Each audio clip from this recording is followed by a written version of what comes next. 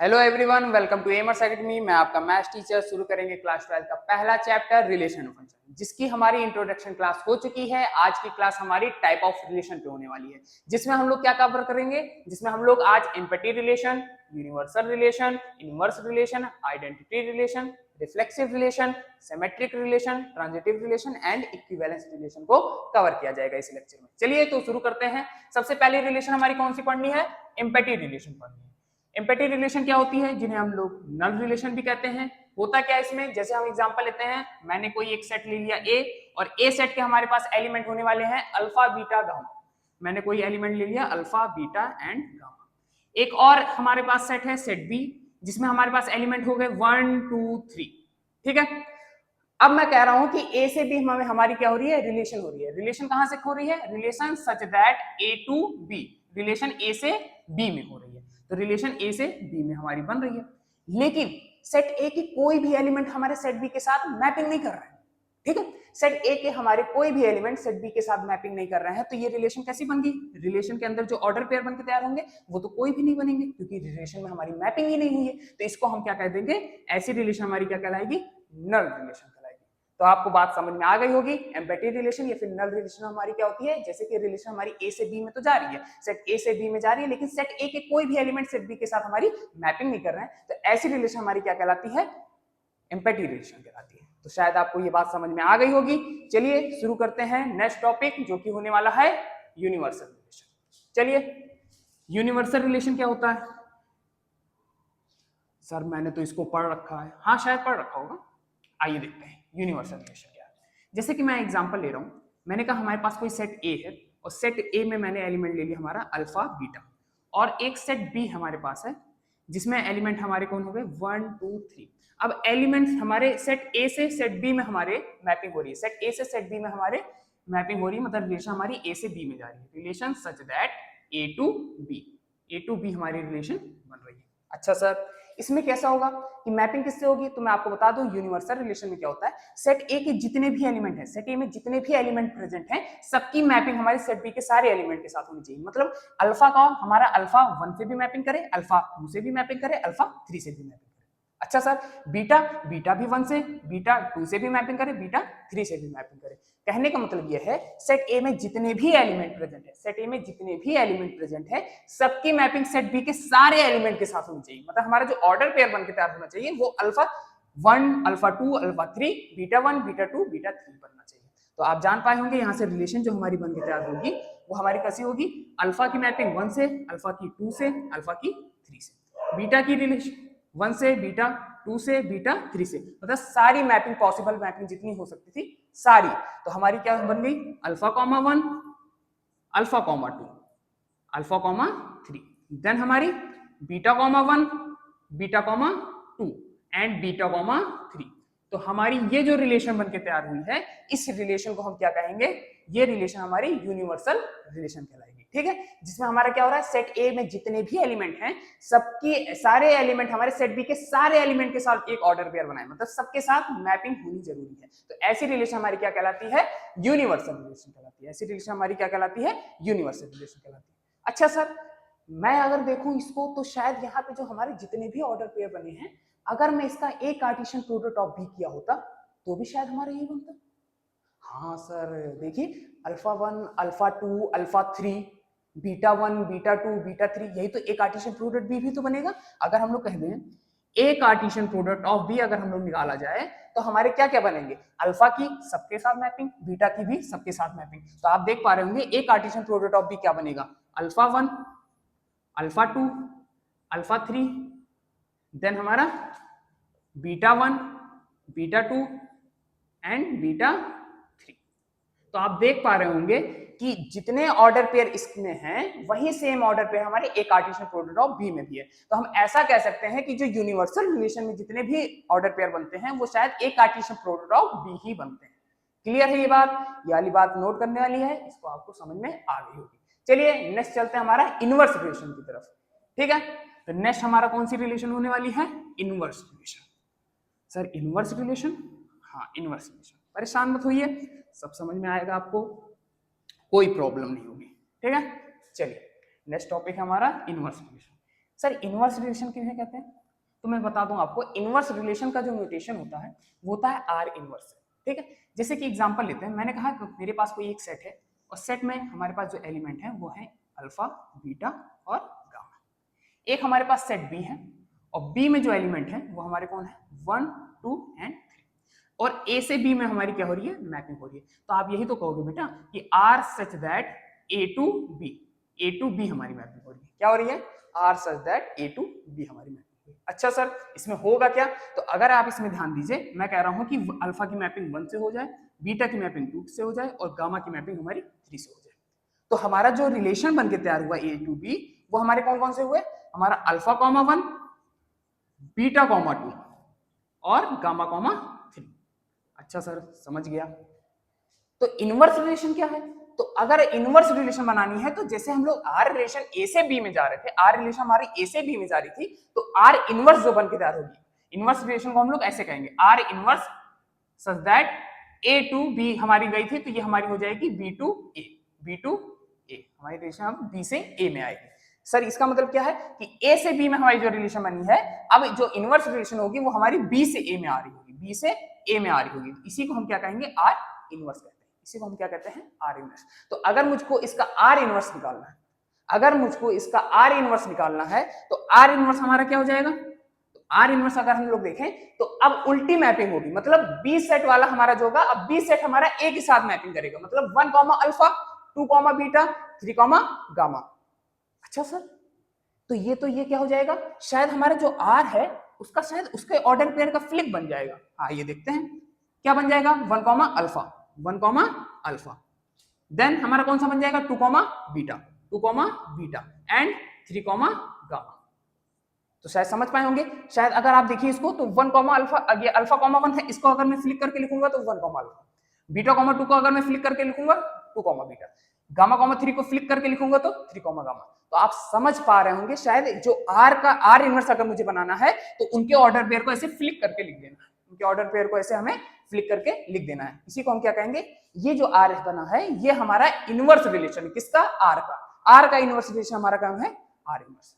समझ पाए होंगे, ये बात क्लियर है। इसको हम क्या कहेंगे, इसको हम कहेंगे इनवर्स ऑफ आर, आर का इनवर्स है हमारा। ठीक है। अच्छा सर यहां से जो नोट करने वाली बात है वो कौन सी बात है, आइए जानते हैं। अगर मैं कह रहा हूं इस आर में, ध्यान रखाइएगा यहाँ पे, ये जो आर हमारी रिलेशन बनी है इसमें डोमेन कौन है, तो डोमेन कहोगे आप बेटा अल्फा है, बीटा है, गामा है, सेट ए वाला सेट है कि नहीं, सेट ए वाला जो है हमारा, ये हमारा क्या कहलाएगा, डोमेन ऑफ रिलेशन कहलाएगा। और रेंज ऑफ रिलेशन कौन है, 1 2 3, सेट बी वाला है। लेकिन आर इनवर्स में अगर हम लोग देखा जाए, आर इनवर्स में देखा जाए तो यहाँ पे डोमेन हमारा क्या हो जाएगा, 1 2 3, और रेंज कौन हो जाएगा हमारा, अल्फा बीटा गामा। तो शायद आप यहां से क्या समझ पाए हो कि अगर मैं कहूं डोमेन ऑफ आर जो होगा वो हमारा शायद इक्वल होगा रेंज ऑफ आर इनवर्स के, किसके इक्वल होगा, रेंज ऑफ आर इनवर्स से। और अगर मैं कहूं रेंज ऑफ जो आर होगा वो इक्वल हो जाएगा डोमेन ऑफ, वो इक्वल किसके होगा, डोमेन ऑफ आर इनवर्स के। तो शायद ये दो बात आपको समझ में आ गई होगी, ये दोनों बेटा इंपॉर्टेंट बात है, आपको ये बात याद भी रखनी है कि शायद डोमेन ऑफ जो आर होती है, domain of R alpha beta gamma, वो शायद आर इनवर्स की क्या हो जाती है, रेंज हो जाती है। देखिए अल्फा बीटा गामा कहां आ रहा है, रेंज बन गया हमारा, देखिए रेंज बन गया। और शायद जो रेंज ऑफ जो आर है वो हमारा क्या बन जाएगा, डोमेन ऑफ आर इनवर्स बन जाएगा। देखिए रेंज ऑफ जो आर है 1 2 3, वो शायद क्या बन गया हमारे पे, डोमेन ऑफ आर बन गया है। रेंज ऑफ आर का आर इनवर्स में अगर देखा जाए तो वो डोमेन ऑफ आर इनवर्स बन गया। समझ पाए होंगे, ये बात क्लियर है। तो ये दो पॉइंट आपको यहां से याद रखना है। अच्छी बात है ये हमारी, इस सेट हमारा इनवर्स रिलेशन क्या होता है कि सेट ए हमारे पास है, कुछ सेट बी हमारे पास है, ए से बी में अगर हमारी मैपिंग हुई है तो ये हमारा कुछ आर रिलेशन बनाया होगा। अगर मैं इस आर का आर इनवर्स निकाल लूं तो वो शायद ऐसे रिप्रेजेंट किया जाएगा, और वो बनेगा क्या, ए से बी में अगर रिलेशन गई थी तो इसका आर इनवर्स क्या हो जाएगा बेटा, बी से ए में। रिलेशन हमारी कहां बन रही होगी, बी से ए में, मतलब आर इनवर्स हमारा क्या हो जाएगा, बी टू ए हो जाएगा, मतलब फ्लिप कर जाएगा हमारा, है कि नहीं। तो यहां से देख पा रहे हैं इनके जितने भी ऑर्डर पेयर हैं इनको हम लोग फ्लिप करके लिख दिए। देखिए इनके ऑर्डर पेयर को हमने फ्लिप करके लिख दिया, वही बना है। तो हम यहाँ से क्या बात समझ पाए हैं कि डोमेन ऑफ जो आर होता है वो रेंज ऑफ आर इनवर्स होता है, और रेंज ऑफ जो आर होता है बेटा वो डोमेन ऑफ आर इनवर्स होता है। तो क्लियर होगी ये बात आपको, शायद ये इनवर्स रिलेशन समझ में आ गया होगा अच्छे से। बेटा आप इसकी नोट्स बनाते रहिए, क्योंकि खुद की नोट्स बनाई हुई सबसे अच्छी होती है कि नहीं। बाकी आपको प्रोवाइड कर दी जाएगी, टेंशन लेने वाली कोई बात नहीं है। चलिए चलते हैं नेक्स्ट टॉपिक की तरफ, जो कि हमारा कौन सा होने वाला है, आइडेंटिटी रिलेशन। कौन सा टॉपिक हमारा, आइडेंटिटी रिलेशन। चलिए, लेकिन अभी तक जो आप टॉपिक पढ़ रहे थे बेटा, ये जो टाइप ऑफ रिलेशन अभी तक आपने जो ये 3 रिलेशन पढ़े हैं, ये हमने देखा कि सेट ए से बी में हमारा कोई जा रहा था ना, हमारे पास कोई 2 सेट होते थे और हमारा जो रिलेशन बनता था वो सेट ए से सेट बी में रिलेशन बनता था। लेकिन अब जो रिलेशन हमें पढ़ना है आइडेंटिटी रिलेशन से, वो सारे हमारे कैसे होने वाले हैं, रिलेशन ऑन अ सेट। मतलब sir relation on a set का मतलब क्या होता है, मतलब हमारे पास कोई एक ही हमारे पास क्या होने वाले हैं, एक ही हमारे पास सेट होने वाला है। अब जो भी हम लोग टॉपिक पढ़ेंगे वो हम पढ़ेंगे रिलेशन ऑन अ सेट। अब हम लोग सिर्फ एक ही सेट होगा हमारे पास, अभी तक 2 सेट हुआ करते थे। इन तीनों रिलेशन में आपने देखा कि हमारे पास कोई 2 सेट हुआ करते थे और ए से बी में हमारा कोई रिलेशन हो रहा था, है कि नहीं। लेकिन अब जितने भी हमारे ये रिलेशन पढ़ने हैं, रिफ्लेक्सिव हो गया, सिमेट्रिक हो गया, ट्रांजिटिव हो गया, इक्विवेलेंस हो गया, ये हमारे किस में होने वाले हैं। अब रिलेशन ऑन अ सेट मतलब एक ही रिलेशन होने वाला है, मतलब एक ही सेट होने वाला है, उसी एक सेट से एक सेट में ही हमारा रिलेशन बनेगा, ठीक है। तो रिलेशन ऑन अ सेट किसे कहते हैं, पहले आपको ये मैं समझा देता हूँ। जैसे हमारे पास एग्जांपल लेता हूं, मेरे पास कोई एक ही सेट गिवन होगा, जैसे मैंने कह दिया आपके पास कोई एक सेट है alpha beta and gamma.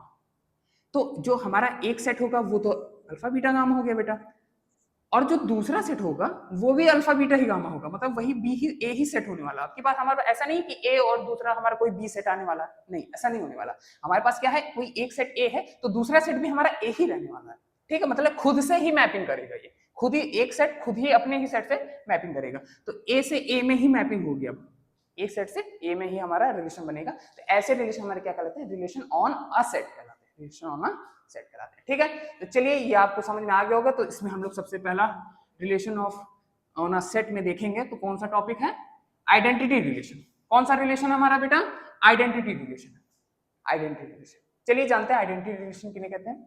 Proper आप अच्छे से नोट्स बनाते रहिए, इसकी नोट्स आपको कोई दिक्कत नहीं होगी, सारे आपके क्वेश्चंस क्लियर हो जाएंगे, ठीक है। सारे फॉर्मूले में आपको लिखा दूंगा इसमें।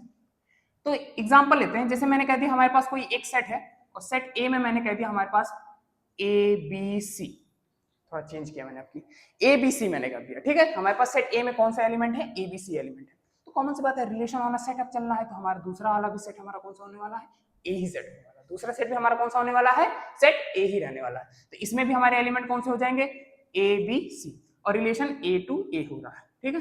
तो रिलेशन क्या हो जाएगा, relation such that A to A, इन्हीं को क्या कहा जाएगा, रिलेशन ऑन अ सेट, ठीक है।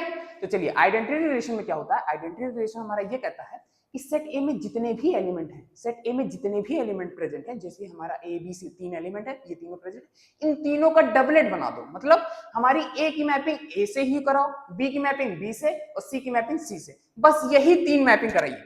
अगर मान के चलिए इसमें एक डी भी एलिमेंट होता तो हमारी डी की डी से हमारी मैपिंग होनी चाहिए। आइए देखते हैं, जैसे मैंने कह दिया ए की मैपिंग ए से, बी की बी से और सी की सी से मैपिंग हो गई, ठीक है। तो हमारा जो रिलेशन बन के बेटा तैयार हुआ वो कौन सा हुआ, ए कॉमा ए, दूसरा ऑर्डर पेयर कौन सा होगा, बी कॉमा बी, और तीसरा सी कॉमा सी।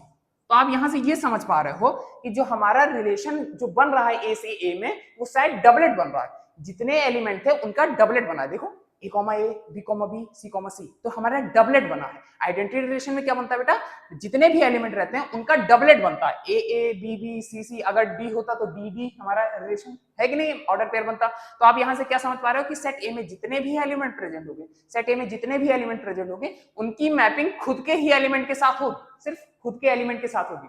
तो वो रिलेशन हमारी जो बनकर तैयार होगी वो कौन सी रिलेशन होने वाली है, आइडेंटिटी रिलेशन होने वाली है। अच्छा सर, अगर मैं कह रहा हूं कि ए की मैपिंग ए से हो गई, बी की मैपिंग बी से हो गई, और अगर मैं सी की मैपिंग ना कराऊं, अगर मैं सी की मैपिंग ना कराऊं, जैसे कि मैं एग्जांपल ले लेता हूं, इसको मैं R1 रिलेशन मान रहा हूं, एक R2 रिलेशन बनाते हैं हम लोग, ठीक है। मैंने कहा कि ए की मैपिंग ए से हो गई तो मतलब ए कॉमा ए बन गया, और बी की मैपिंग बी से हो गई तो बी कॉमा बी बन गया, और मैं कह रहा हूं सी की मैपिंग नहीं कराते हैं, मान लीजिए सी की मैपिंग मैंने नहीं कराया, तो क्या ये R2 रिलेशन जो बन के तैयार हुआ है ये हमारा क्या आइडेंटिटी रिलेशन कहलाएगा, तो ये आइडेंटिटी रिलेशन नहीं कहलाएगा, क्यों नहीं कहलाएगा?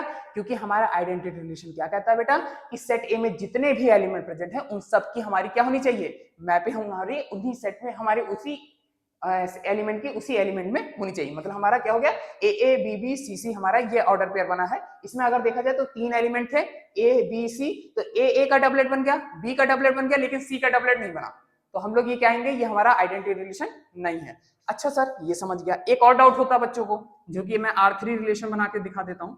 क्या रहता है कि उन्होंने बच्चे कहेंगे सर मैं क्या करता हूँ, सेट ए में जितने भी एलिमेंट है इनके मैं डबलेट बना देता हूँ, तो हमारे क्या बनेंगे, ए, बी एंड सी। समझ गया सर। और मैं कह रहा हूं कुछ एक एक्स्ट्रा बना लेते हैं। मान लीजिए ए की मैपिंग मैंने बी से करा दी, तो एक ऑर्डर पेयर और एक्स्ट्रा आ गया, ए, बी। क्या ये सर हमारा आइडेंटिटी रिलेशन कहलाएगा? क्योंकि हमारा क्या कह रहा है कि सेट ए में जितने एलिमेंट है उनकी तो हमारे डबलेट बनने चाहिए। तो देखिए ए बी सी, ये तो बन गया। एक एक्स्ट्रा हमारा ए की मैपिंग बी से भी हो गई, तो क्या सर ये हमारा आइडेंटिटी रिलेशन कहलाएगा? तो ये भी आइडेंटिटी रिलेशन नहीं कहलाएगा। तो आपको अब क्लियर हो गया होगा। बात यहां से ये है कि सेट ए में जितने भी एलिमेंट प्रेजेंट है, सेट ए में जितने भी एलिमेंट प्रेजेंट है उन सबकी मैपिंग का हमारा डबलेट बनना चाहिए, उन्हीं के एलिमेंट का हमारा डबलेट बनना चाहिए, और कुछ एक एक्स्ट्रा भी एलिमेंट हमारा ऑर्डर पेयर ना बन के तैयार हो, ठीक है, और कोई हमारा ऑर्डर पेयर कम भी ना हो। मतलब सेट में ए बी सी है तो ए बी सी का ही हमारा ऑर्डर पेयर होना चाहिए। समझ गए ये बात? सेट ए बी सी हमारा है ना, सेट ए में हमारा ए बी सी यही 3 एलिमेंट है, तो इन्हीं तीनों का हमारा डबलेट बनना चाहिए, कुछ कम भी ना बने और कुछ ज्यादा भी ना बने। यहाँ पे देखिए कम बन गया था, सी का हमारा डबलेट नहीं बना, तो भी आइडेंटिटी रिलेशन नहीं। और अगर मैंने कुछ एक्स्ट्रा बना दिया, जैसे कि यहाँ पे मैंने ए कॉमा बी ऑर्डर पे एक एक्स्ट्रा बना दिया, तो ये भी हमारा क्या नहीं कहलाएगा, आइडेंटिटी रिलेशन कहलाएगा। तो आई होप आपको ये समझ में आ गया होगा अच्छे से कि आइडेंटिटी रिलेशन किन्हें कहते हैं, कि हमारे सेट ए में जितने भी एलिमेंट प्रेजेंट हैं उन सबका क्या बनना चाहिए, उन सबका डबलेट बनना चाहिए, उन सारे एलिमेंट का क्या बनना चाहिए, डबलेट बनने चाहिए। हमारे रिलेशन में अगर होंगे तो ऐसी रिलेशन हमारी क्या कहलाएगी, आइडेंटिटी रिलेशन कहलाएगी। तो आपको ये बात समझ में आ गई होगी। चलिए बढ़ते हैं नेक्स्ट टॉपिक की तरफ, जो कि हमारा कौन सा होने वाला है, रिफ्लेक्सिव रिलेशन होने वाला है। अब यहां से बात इंपॉर्टेंट है, ज्यादातर क्वेश्चन जो हमारे बनते हैं वो यही 3 रिलेशन से बनते हैं, रिफ्लेक्सिव, सिमेट्रिक, ट्रांजिटिव, और इक्विवेलेंस, इन्हीं 3 को मिला के हमारा इक्विवेलेंस बन जाता है। तो परेशान मत होइए, आपको सब समझ में आएगा। आइए बढ़ते हैं रिफ्लेक्सिव रिलेशन की तरफ। सर रिफ्लेक्सिव रिलेशन क्या होती है, सब समझ में आ जाएगा बेटा, बस वेट करिए, पेशेंस रखिए, अभी आपको सारी चीजें क्लियर हो जाएगी। मैं कह रहा हूं रिफ्लेक्सिव रिलेशन किन्हें कहते हैं। आइए देखते हैं, एग्जांपल लेते हैं। हमारे पास कोई सेट ए है, और सेट ए में हमारे पास एलिमेंट है हमारा अल्फा बीटा गामा। सर आप अल्फा बीटा गामा ही बार बार ले रहे हो, चलो अगली बार कोई और एलिमेंट ले लेंगे, ठीक है, अल्फा बीटा गामा। तो हमारा यहाँ पे कौन सा रिलेशन है, ये रिलेशन शायद रिलेशन ऑन अ सेट चल रहा है, आपको पता है रिलेशन ऑन अ सेट चल रहा है, कि मतलब ए से ए में ही रिलेशन बनेगी, रिलेशन ए से ए में, मतलब एक ही सेट रहेगा, एक सेट अपने खुद से ही रिलेशन बनाएगा, ठीक है, तो ए टू ए ही रिलेशन हमारी मान रही है। और रिफ्लेक्सिव रिलेशन की कंडीशन क्या होती है, रिफ्लेक्सिव रिलेशन की जो कंडीशन होती है वो ये होती है कि इफ हमारा जो ए कॉमा ए बिलोंग करना चाहिए कहां पे, रिलेशन में, ए कॉमा ए बिलोंग्स करना चाहिए रिलेशन में, for all A belongs to A belongs to A मतलब क्या है, स्मॉल ए का मतलब element in a set A, set A में जितने भी एलिमेंट प्रेजेंट है उनको हम लोग स्मॉल ए से रिप्रेजेंट करते हैं, ठीक है। तो ये कंडीशन ये कह रही है कि ए कॉमा ए मतलब डबलेट बनने चाहिए, सारे डबलेट हमारे बिलोंग्स करने चाहिए रिलेशन में, for all A belongs to A, for all A मतलब हमारे एलिमेंट जितने भी सेट ए में प्रेजेंट है उन सब का हमारा डबलेट बनना चाहिए। इसी को हम क्या करते हैं, रिफ्लेक्सिव रिलेशन कहते हैं। यही कंडीशन होती है कि मतलब if A comma A belongs to R, for all A belongs to A. क्या है सर ये, मैं थोड़ा सा कम समझ पाया हूं, आइए एग्जांपल लेते हैं, एकदम क्लियर हो जाएगा। मैंने कहा कि अल्फा की मैपिंग अल्फा से, बीटा की मैपिंग बीटा से, गामा की मैपिंग गामा से। तो ये जो रिलेशन हमारे बन के तैयार हुई है, मान लीजिए कुछ R1 रिलेशन हमारी है, ये हमारी क्या हो जाएगी, अल्फा कॉमा अल्फा, अच्छा sir, beta comma beta and gamma comma gamma. Clear है ये बात? तो ये हमारी रिलेशन क्या बनती है, इस सेट में जितने भी एलिमेंट थे उनकी मैंने मैपिंग करा दी उसी एलिमेंट के साथ, अपने ही एलिमेंट के साथ, मतलब डबलेट जैसा बना दिया। तो यही तो कंडीशन कह रही है कि इफ ए कॉमा ए मतलब डबलेट बनाओ, बिलोंग करना चाहिए कहां पे, इसका मतलब क्या होता है, बिलोंग्स टू, तो बिलोंग्स टू कहां, relation for all A belongs to A, मतलब A belongs to set A में जितने भी एलिमेंट प्रेजेंट हैं उन सबका हमारा क्या बनना चाहिए, डबलेट बनना चाहिए, उसी को हम क्या कहेंगे, रिफ्लेक्सिव रिलेशन कहेंगे। अच्छा सर ये अगर रिफ्लेक्सिव रिलेशन है तो आइडेंटिटी रिलेशन भी तो यही कहती है कि सेट ए में जितने भी एलिमेंट प्रेजेंट हैं उन सबका क्या बना दो, डबलेट बना दो। सारे जितने भी एलिमेंट हैं उन सबका क्या बना दो, डबलेट बना दो। यही आप सर हमें बता रहे हो रिफ्लेक्सिव के लिए। लेकिन मैं कहूंगा बात तो सही है, आप सही कह रहे हो कि मैंने तो दोनों में यही चीज बता दी।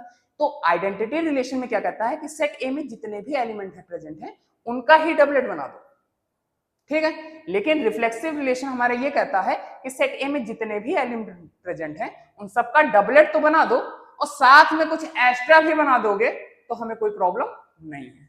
मतलब समझते हैं, ये वाली जो रिलेशन है ये हमारी रिफ्लेक्सिव भी है और आइडेंटिटी भी है। लेकिन अगर मैं कह रहा हूं कि कोई R2 रिलेशन है जिसमें हमारा alpha comma alpha, beta comma beta और गामा कॉमा गामा, ठीक है, ये तो हमारा बने, साथ में कुछ मान लीजिए कि अल्फा ने मैपिंग कर ली बीटा के साथ भी, तो हमारा कुछ बन गया क्या, अल्फा कॉमा बीटा भी।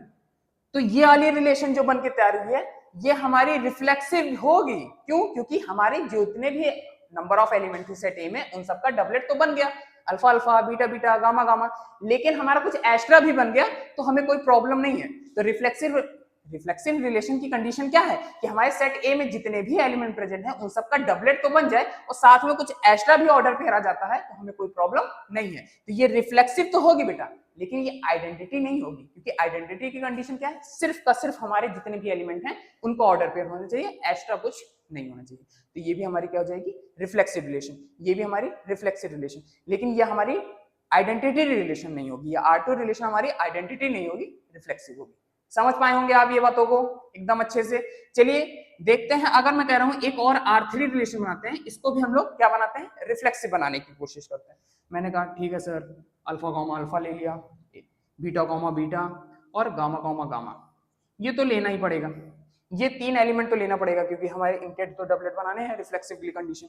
और साथ में अब की बार मैंने मैपिंग करा दी है बीटा कॉमा अल्फा की, बीटा की मैपिंग मैंने गामा से करा दी, बीटा कॉमा गामा से मैंने मैपिंग करा दी, मान लीजिए, ठीक है। तो ये भी हमारा कैसा होने वाला है सर, ये रिफ्लेक्सिव होगा, मैं बताऊंगा ये रिफ्लेक्सिव होगा। हाँ सही बता रहे हैं आप, रिफ्लेक्सिव होगा। ऐसे मैं R4 रिलेशन भी ले लेता हूँ। अब की मैं क्या कर दूंगा, ये 3 एलिमेंट तो लूंगा, ये 3 हमारे ऑर्डर पेयर को लूंगा, अब की बार मैं गामा कॉमा बीटा कह देता हूँ, गामा कॉमा बीटा ऐड कर दूंगा एक ऑर्डर पे, वो भी हमारा कैसा होगा, रिफ्लेक्सिव होगा। तो ऐसे R1 R2 R3 R4 ऐसे करते करते R5 R6 कई सारे रिफ्लेक्सिव रिलेशन की हमारे रिलेशन बन सकते हैं। तो सर अगर क्वेश्चन आ जाए पेपर में, क्वेश्चन कैसे पूछेगा, पेपर में एक क्वेश्चन आ जाता है कि आपको एक सेट दे दिया, जैसे मैं कह रहा हूं क्वेश्चन आपको देता हूं, क्वेश्चन में कह देगा कि हमारे पास कोई सेट ए है और सेट ए में एलिमेंट हमारे अल्फा है, 1 है, 2 है, बीटा है, ठीक है, ये 4 एलिमेंट प्रेजेंट है, और कहेगा कि total number of possible reflexive relation बताइए कितने बनेंगे, total number of possible reflexive relation कितने बनेंगे इसके। ये क्वेश्चन आपके डायरेक्ट पेपर में आते हैं, ठीक है, ऐसे क्वेश्चन आपको डायरेक्ट ऐसे क्वेश्चन आपके पेपर में आ जाते हैं, ठीक है। तो आप अगर ऐसे रिलेशन बनाओगे बेटा तो काफी टाइम लग जाएगा, है कि नहीं, काफी टाइम लग जाएगा। आप कैसे बता पाओगे, कई सारे रिलेशन ऐसे तो बनाते रहूंगा, काफी टाइम लग जाएगा। तो इसके लिए फॉर्मूला हमारा क्या कहता है, reflexive relation, total reflexive relation निकालने का जो फॉर्मूला है वो फॉर्मूला हमारा ये है, इसको नोट कर लीजिएगा। फॉर्मूला हमारा है 2 की power n square minus n, और ये n क्या है, ये हमारे कार्डिनल नंबर है। कार्डिनल नंबर क्या होते हैं सर, n मतलब कार्डिनल नंबर होते हैं कि number of element present in a set A. Set A में मान लीजिए सेट है हमारे पास ए दिया है, तो ए में जितने भी नंबर ऑफ एलिमेंट प्रेजेंट है उनको हम लोग n से डिनोट करेंगे। तो यहाँ पे नंबर ऑफ एलिमेंट कितने प्रेजेंट है, आइए लगाते हैं। मैंने कहा नंबर ऑफ एलिमेंट कितने प्रेजेंट है, देखिए इसको क्या कहते हैं, कार्डिनल नंबर कहते हैं ना, इसको क्या कहते हैं, कार्डिनल नंबर, मतलब number of element present in a set ए। तो सेट ए में कितने एलिमेंट प्रेजेंट हमारे, 4 एलिमेंट, टोटल कितने एलिमेंट है, 4। तो n की वैल्यू कितनी हो गई, 4। तो आप जान पा रहे हैं फॉर्मूला हमारा क्या कहता है, 2 की power n square minus n, क्या कह रहा है, 2 की power n square minus n। तो यहाँ पे रखेंगे 2 n कितना है 4, तो 4 का स्क्वायर और माइनस 4, तो आप देख पा रहे होंगे यहाँ पे हो गया 2 की पावर 16 माइनस 4, तो यहाँ से क्या आ गया 2 की पावर 12। तो 2 की power 12 number of possible relation बनेंगे। तो टोटल रिफ्लेक्सिव रिलेशन कितने बन सकते हैं, 2 की पावर 12 बन सकते हैं अगर ए सेट में हमारे 4 एलिमेंट प्रेजेंट होंगे। तो समझ पाए होंगे ये फॉर्मूला आपके लिए बहुत ज्यादा इंपॉर्टेंट है, पेपर में डायरेक्ट क्वेश्चन आपसे ऐसे ही पूछेगा आपका, ठीक है। तो ये फॉर्मूला आपके क्वेश्चन नोट्स में नोट होना चाहिए, ठीक है। तो कोई प्रॉब्लम वाली कोई बात नहीं है इसमें, समझ में आ रहा होगा ये सब चीजें, तो ठीक है। चलिए अच्छी बात है सर, ये बात में समझ गया है। रिफ्लेक्सिव रिलेशन एक बार थोड़ा सा जल्दी से एक बार फिर से बता दीजिए, आइए देख लेते हैं। मैंने कहा कि हमारे पास कोई सेट ए है और ए से ए में ही मैपिंग होगी, तो ए में हमारा अल्फा बीटा गामा था, तो अल्फा बीटा गामा की मैपिंग बना रहे हैं हम लोग। तो इसकी कंडीशन क्या होती थी कि हमारा if A comma A belongs कर रहा हो रिलेशन में, मतलब डबलेट बिलोंग्स करना चाहिए रिलेशन में, for all A belongs to A, मतलब सेट ए में जितने भी एलिमेंट प्रेजेंट है, जितने भी एलिमेंट सेट ए में प्रेजेंट है, उन सबका डबलेट बना देना चाहिए, रिलेशन में हमें दिखना चाहिए। तो ऐसी रिलेशन हमारी रिफ्लेक्सिव बन जाएगी, जैसे कि ये रिफ्लेक्सिव बन गई। सर ये आइडेंटिटी भी है, हाँ ये आइडेंटिटी भी है। फिर देखा R2 रिलेशन, ये भी हमारी रिफ्लेक्सिव है, क्योंकि हमारी कंडीशन तो कुछ एक्स्ट्रा अगर आ जाता है तो हमें कोई प्रॉब्लम नहीं होगी। तो हमारा कुछ एक्स्ट्रा ऑर्डर पेयर बन गया, जैसे कि अल्फा कॉमा बीटा, तो हमें कोई दिक्कत नहीं, ये भी रिफ्लेक्सिव होगा, ये भी रिफ्लेक्सिव होगा ये, लेकिन ये दोनों आइडेंटिटी रिलेशन नहीं होंगे। ऐसे करते करते तो काफी सारे रिलेशन बनेंगे हमारे, है कि नहीं। तो क्वेश्चन हमारा जो बनता है, क्वेश्चन यहाँ से इंपॉर्टेंट जो बनता है वो बनता है कि अगर मान के चलिए कोई एग्जांपल ले लिया कि सेट ए है और ए में हमारे 4 एलिमेंट प्रेजेंट है, कोई भी 4 एलिमेंट प्रेजेंट है, तो total number of possible reflexive relation कितने पॉसिबल है, इसके कितने बन सकते हैं। तो उसके लिए पर्टिकुलर फॉर्मूला क्या है, 2 की power n square minus n, 2 की power n square minus n। तो हम लोग यहाँ पे n क्या है, number of element present in a set A, number of element present in a set ए, इनको हम लोग n से डिनोट करते हैं। तो यहाँ पे मैंने देखा 4 एलिमेंट है, तो मैंने कर दिया 2 की power n square minus n, मतलब 4 स्क्वायर माइनस 4, ठीक है। तो 2 की पावर 16 माइनस 4, तो 16 माइनस 4 हमारा क्या बन गया, 2 की power 12 number of relation total possible है रिफ्लेक्सिव के। क्लियर है ये बातें, अच्छे से समझ में आ गई होगी आपको, कोई दिक्कत नहीं होने वाली इतने में, है कि नहीं। चलिए नेक्स्ट हमें क्या पढ़ना है, रिफ्लेक्सिव रिलेशन पढ़ना है। क्या पढ़ना है, reflexive relation. Sir reflexive relation तो पढ़ लिया, अरे sorry I am sorry, reflexive relation तो पढ़ लिया, सिमेट्रिक रिलेशन पढ़ना है। नेक्स्ट हमें क्या पढ़ना है, सिमेट्रिक रिलेशन पढ़ना है। आइए देखते हैं सिमेट्रिक रिलेशन क्या है। चलिए इसको इरेज करते हैं। अच्छा मैं आपको कह दूं कि आप प्रॉपर इसको नोट करते रहिए, वीडियो को पॉज करके, ये सारे आप जितने भी मैं आपको एग्जांपल दे रहा हूँ ये सब आप नोट करेंगे, अपनी नोट्स बनाएंगे तो सबसे इंपॉर्टेंट वही है कि खुद की अगर जो नोट्स बनती है वो ज्यादा समझ में आती है। बाकी ऐसी बात नहीं है कि मैं आपको प्रोवाइड नहीं कराऊंगा, आपको मैं इसकी नोट्स आपको मिल जाएगी, बट आप खुद से जब बनाएंगे ना तो उसकी बात अलग होती है। चलिए नेक्स्ट चलते हैं हम लोग किसकी तरफ, सिमेट्रिक रिलेशन की तरफ। सर सिमेट्रिक रिलेशन क्या होता है, आप लोग हेडिंग डाल के लिखते रहिएगा, ठीक है। Symmetric relation, sir symmetric relation क्यों कहते हैं, चलिए ये भी जानते हैं। मैंने कहा मेरे पास सेट ए है, सेट ए में एलिमेंट हमारे पास कुछ है 1 2 3। अच्छा सर अभी चेंज कर दिया, हाँ अल्फा बीटा ज्यादा हो गया जा रहा था, आप लोग परेशान हो जा रहे थे बार बार, सर अल्फा बीटा ये ले रहे हो कुछ अलग लो, चलो अब की 1 2 3 ले लिया है, ठीक है। अब मैं कह रहा हूँ सेट ए से ए में रिलेशन बन रही है, तो आप जान रहे हो ये भी कैसी रिलेशन होती है, रिलेशन ऑन अ सेट होती है, मतलब टॉपिक हमें जो चल रहा है वो रिलेशन ऑन अ सेट में, जितने भी हम लोग टाइप पढ़ रहे हैं ये रिलेशन ऑन अ सेट चल रहा है, मतलब ए से ए में ही रिलेशन होगी। मैंने कहा ए की ए में रिलेशन तब बनेगी सिमेट्रिक होने के लिए, सिमेट्रिक होने के लिए उसकी कंडीशन हमारी कहती है, ये कंडीशन है इसको जरूर नोट किया करिए कि इफ ए कॉमा बी अगर बिलोंग्स कर रहा है, ए कॉमा बी बिलोंग्स कर रहा है आर में, देन हमारा बी कॉमा ए भी बिलोंग्स करना चाहिए कहां, रिलेशन आर में। If A comma B belongs to R then B comma A also belongs to R, तभी हमारा क्या बनेगा, सिमेट्रिक रिलेशन बनेगा, अदरवाइज ये सिमेट्रिक रिलेशन नहीं कहलाएगा। सर ये बात मैं समझ नहीं पाया, कोई बात नहीं, एग्जांपल देखिए अभी आपको सारी बातें क्लियर हो जाएगी। मैंने कहा कि मैं ए की 1 की मैपिंग करा देता हूं 2 के साथ, तो हमारा जो रिलेशन बनेगा, रिलेशन में जो ऑर्डर पेयर बनेगा वो क्या बनेगा 1,2, सर 1,2 बनेगा, एकदम सही बात है। तो यहाँ पे हमारी कंडीशन कह रही है कि ए कॉमा अगर बी बिलोंग्स कर रहा है आर में, ए कॉमा बी बिलोंग्स कर रहा है आर में, तो बी कॉमा ए भी बिलोंग्स करना चाहिए आर में, तभी वो सिमेट्रिक कहलाएगा। तो ए कॉमा बी अगर बिलोंग्स कर रहा है रिलेशन में, तो इसका फ्लिक ही तो है बेटा, ध्यान लगाइए, इसका क्या है, जस्ट फ्लिक है। ए कॉमा बी को अगर मैं फ्लिक करके लिख दूंगा तो क्या बन जाएगा, बी कॉमा ए। तो अगर 1,2 बिलोंग्स कर रहा है रिलेशन आर में, तो हमारा 2,1 भी बिलोंग्स करना चाहिए आर में, तो हमारा 2,1 भी ऑर्डर पेयर बिलोंग्स करना चाहिए रिलेशन आर में, तभी ये सिमेट्रिक होगा। तो अब ये रिलेशन जो बन के तैयार हुआ हमारा R1, ये हमारा कैसा रिलेशन होगा, ये हमारा सिमेट्रिक रिलेशन होगा। शायद समझ पाए होगे बातों को कि अगर A कॉमा B बिलोंग्स कर रहा है R में, तो हमारा देन B कॉमा A भी बिलोंग्स करना चाहिए रिलेशन R में, तभी हमारा कैसा बनेगा, सिमेट्रिक रिलेशन बनेगा। अच्छा सर और एक और आपको R2 मैंने ले लिया, एक मैंने R2 रिलेशन बना रहा हूं, मैंने कहा कि 1,2, तो 1 कॉमा अगर 2 है तो हमें क्या चाहिए होगा, 2,1 चाहिए होगा सिमेट्रिक बनाने के लिए, हाँ सर। फिर मैंने कह दिया अगर मैं कह रहा हूं 2,3 भी अगर मैंने ले लिया 2,3, तो अगर 2,3 बिलोंग्स कर रहा है आर में, तो इसका फ्लिक क्या होगा बेटा, इसका फ्लिक क्या होगा 3,2 होगा, तो हमारा 3,2 भी चाहिए होगा रिलेशन आर में, तब ये हमारा रिलेशन क्या बनेगा, सिमेट्रिक बनेगा। तो ये भी रिलेशन हमारा कैसा होगा, सिमेट्रिक होगा, ये भी रिलेशन कैसा होगा, सिमेट्रिक होगा। ऐसे R3 बनाऊंगा, अब की बार मैं कह दूंगा R3 कोई रिलेशन है, इसमें मैंने कह दिया कि सिर्फ मैंने कह रहा हूं 3 की रिलेशन 1 के साथ, तो 3,1 और तो 3,1 है तो क्या चाहिए होगा, 1,3 चाहिए होगा, तो 1,3 बन गया। तो ये भी हमारा कैसा होगा, ये भी हमारा सर सिमेट्रिक रिलेशन होगा। तो सिमेट्रिक रिलेशन की कंडीशन क्या कहती है कि ए कॉमा बी अगर बिलोंग्स कर रहा है रिलेशन आर में, तो देन हमें क्या चाहिए होगा, बी कॉमा ए भी रिलेशन आर में चाहिए होगा। मतलब ए कॉमा बी बिलोंग्स कर रहा है आर में, देन बी कॉमा ए भी बिलोंग्स करना चाहिए आर में। तो ऐसी रिलेशन हमारी क्या कहलाती है, सिमेट्रिक रिलेशन कहलाती है। अच्छा सर, बात में एकदम अच्छे से समझ गया, सिमेट्रिक रिलेशन किसे कहते हैं। अच्छा बेटा, यहाँ पे जो क्वेश्चन डायरेक्ट पूछे जाते हैं, जो कि आपके पेपर में आएंगे, डायरेक्ट क्वेश्चन यहाँ से क्या बनते हैं, जैसे 1 मार्क के जो क्वेश्चन बनेंगे आपके, डायरेक्ट ऐसे डायरेक्ट पूछ लेगा, वही कहेगा।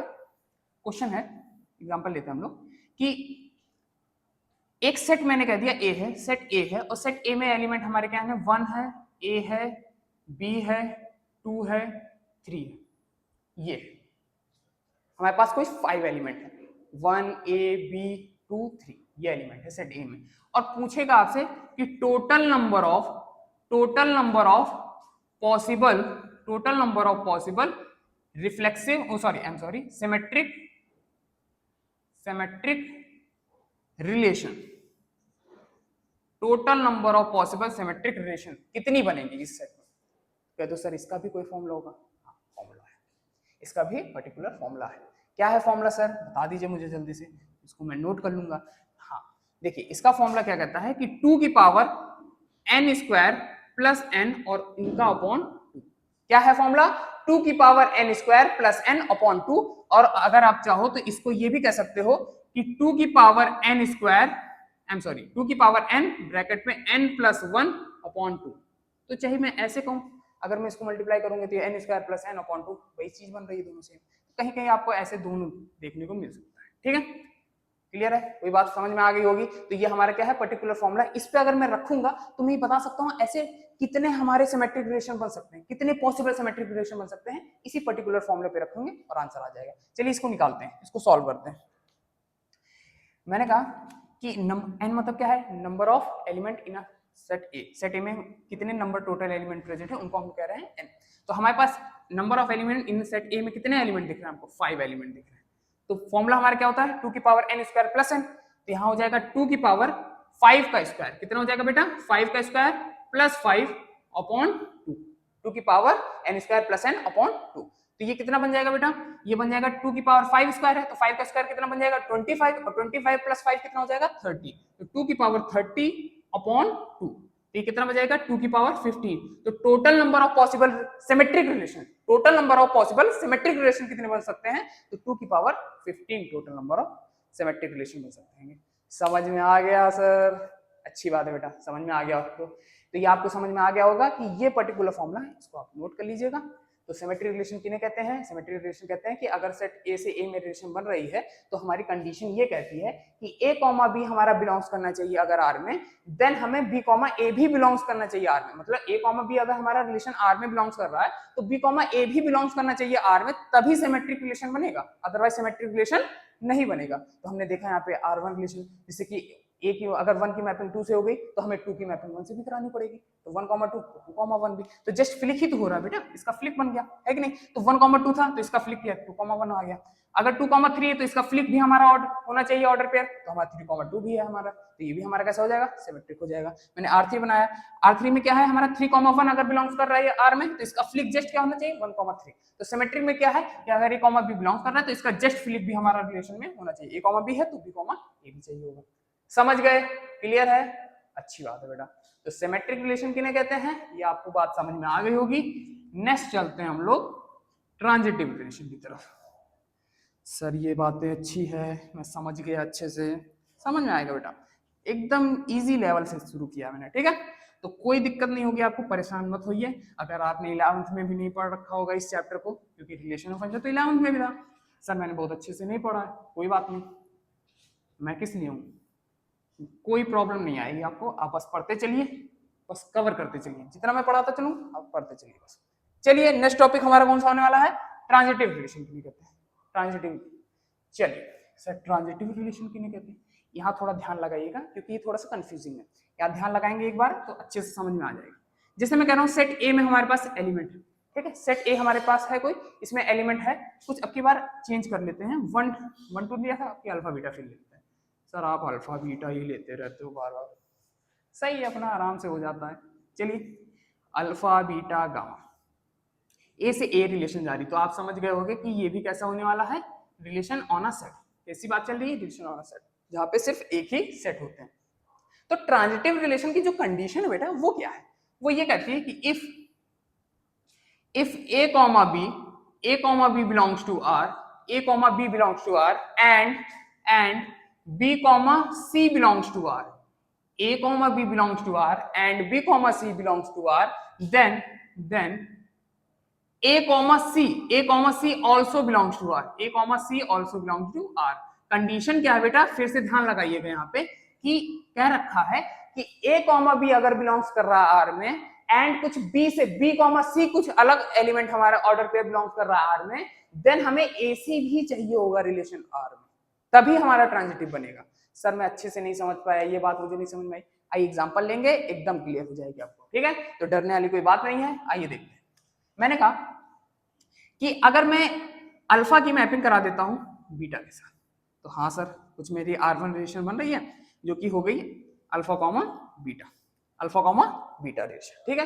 तो ए कॉमा अगर बी बिलोंग्स कर रहा है और फिर बी हमारा क्या है, देखिए ए हमारा अल्फा है, बी हमारा क्या है, बीटा है, ध्यान लगे बेटा, ए हमारा क्या है, अल्फा है, बी हमारा बीटा है, तो ए बी बिलोंग्स कर रहा है आर में, तो बी से स्टार्ट होने वाला बीसी अगर हमें बिलोंग्स करना है तो बी क्या है हमारा, बीटा है, तो बीटा की कुछ मैपिंग होनी चाहिए, और बीटा की मैपिंग मान लीजिए गामा से है, तो ए कॉमा बी बिलोंग्स कर रहा है, बी कॉमा सी, बीटा कॉमा सी, तो आप देख पा रहे होंगे ये दोनों डिफरेंट हैं कि ए कॉमा बी बिलोंग्स कर रहा है आर में, ए कॉमा बी बिलोंग्स कर रहा है आर में, तो बी कॉमा सी भी तो बिलोंग्स कर रहा है आर में, देख पा रहे होंगे ये अगर ए है ये बी है, तो बी से स्टार्ट हो रहा है बी बीटा और फिर हमारा गामा, तो ए कॉमा बी बिलोंग्स कर रहा है आर में, बी कॉमा सी बिलोंग्स कर रहा है आर में, तो हमें क्या चाहिए होगा, क्या कंपलसरी है कि ए कॉमा सी भी बिलोंग्स करना चाहिए, ए कॉमा सी भी, ए कॉमा सी क्या हो जाएगा बेटा, alpha comma beta, alpha comma beta, तो alpha comma alpha comma gamma, तो ये जो रिलेशन बन के तैयार हुआ, ये रिलेशन हमारा कैसा हो गया, ट्रांजिटिव कहलाएगा कि ए कॉमा बी अगर बिलोंग्स कर रहा है आर में, बी कॉमा सी बिलोंग्स कर रहा है आर में,